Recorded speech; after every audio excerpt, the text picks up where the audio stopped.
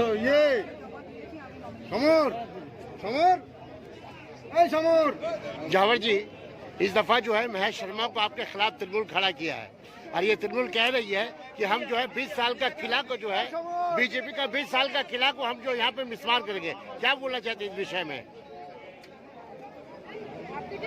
तृणमूल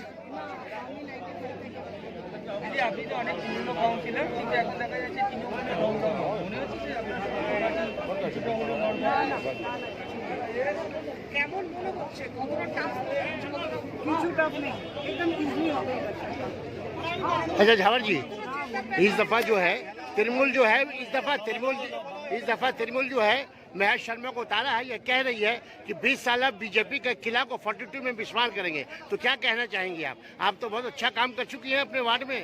देखिए, आज जो अपोजिशन वाले रहेंगे वो ये सब बात करेंगे।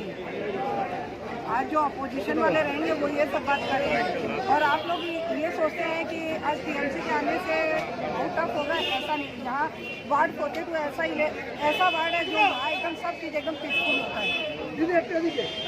क्या क्या काम हुआ आपके वार्ड में? क्या क्या काम हुआ आज? कारपोरेशन संबंधित जो काम है, रोजमर्रा की जिंदगी में जो आदमी के आम आदमी के काम आने वाला काम है, सब काम हुआ है। आने वाले के नए क्या करना चाहेंगे आप अगर जीत गए तो?